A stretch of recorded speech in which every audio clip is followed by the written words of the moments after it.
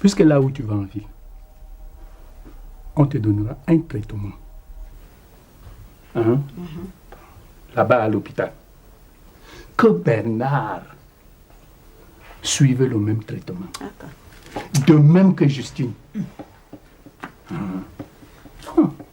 Tu vois, très certainement, dans ce cas de la maladie du bas-ventre de la femme, le mari a aussi la même maladie. Et les autres femmes qui l'approchent, ça ne sert à rien de te soigner seule. Tu seras guéri. Mais au moment où tu pourras approcher ton mari, ça va recommencer. Quel Bernard? À quoi? Bernard et moi, on n'a plus aucun rapport. Ah Bernard et moi, on n'est plus là-dedans. Tu te rappelles mon dernier enfant? Zé, celui qui va déjà à l'école. Compte le nombre d'années. J'ai interdit à Bernard de me retrouver au lit. Comment ça? Comme je te le dis. Ah bon? Oui. En tant que vrai Etenga, tu me vois en train de supporter qu'un homme me piétine, qu'il me marche sur les orteils. S'il veut les affaires de lit, il en a 2. Qu'il a resté avec ces 2. Qu'ils aient traité affaires de lit. Quant à Mandouga que je suis, Etenga de mon état, 0 jusqu'à la mort. Authentique. Mais pourtant que tu es encore solide. Et puis très conservé.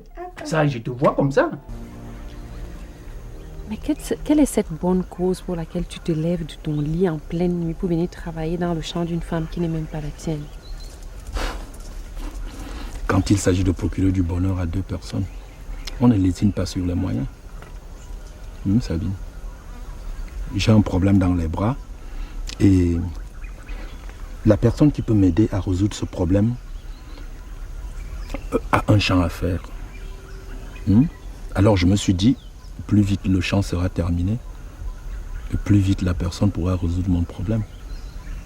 Ai-je eu tort de penser cela? Est-ce que tu es vraiment sûr d'agir pour le bonheur de ces gens? L'adultère, quel que soit le cas, ne peut procurer du bonheur. Mais si les 2 personnes concernées sont contentes de se revoir et de faire ce qu'ils ont à faire, chacun procure du bonheur à l'autre. C'est l'essentiel. À supposer qu'on puisse même se procurer du bonheur dans un contexte clandestin. Mais ça ne peut être qu'un bonheur de courte durée.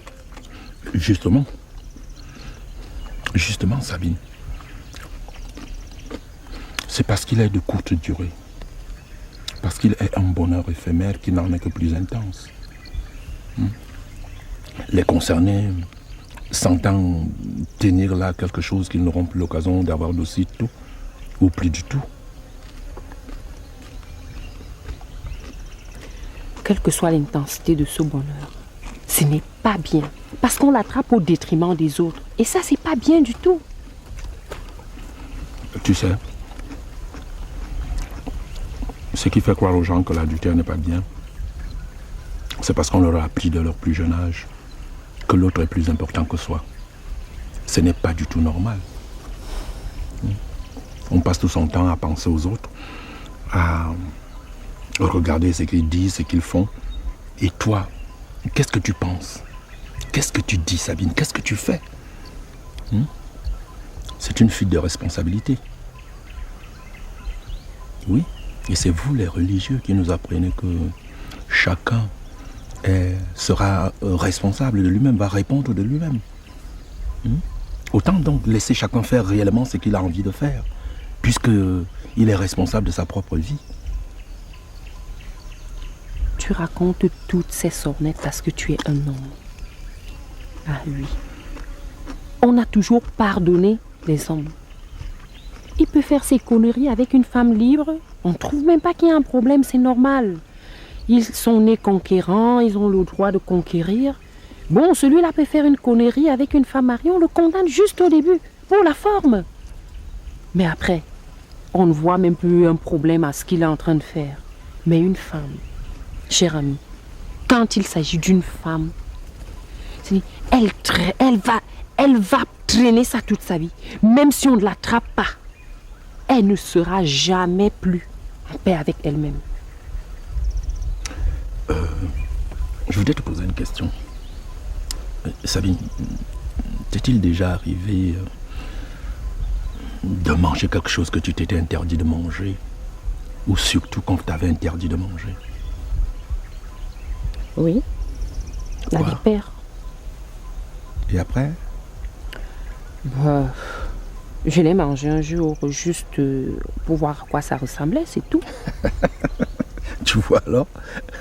Est-ce que tu en gardes encore la saveur dans ta bouche? Bien sûr que non, ça fait des années. Bon, n'allons même pas très loin. Prenons par exemple la nourriture que tu prépares chaque jour. La sauce d'arachide.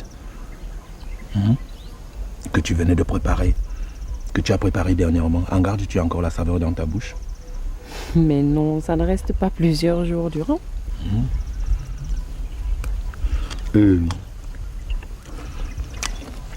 Pourquoi crois-tu donc si tu fais ce que l'ami de ta fille attend de toi une seule fois, une petite fois, pourquoi penses-tu que cela restera gravé dans ton esprit toute ta vie? Mais ce n'est pas pareil. En quoi c'est différent? Mais la nourriture n'est pas comme... Hop. C'est aussi de la nourriture. Non. Oh, Dieu même le sait. C'est pas toi qui me diras le contraire. À supposer que ce soit vraiment de la nourriture comme tu le dis. Mais c'est une nourriture qui laisse des traces, je sais pas moi. Une maladie, ou pire, un enfant. L'ami de ta fille ira chercher chez Barthé tout ce qu'il faut pour qu'aucune trace ne reste. Et puis, qu'est-ce qui te dit? Qu'est-ce qui te fait croire que l'autre nourriture ne laisse pas de traces?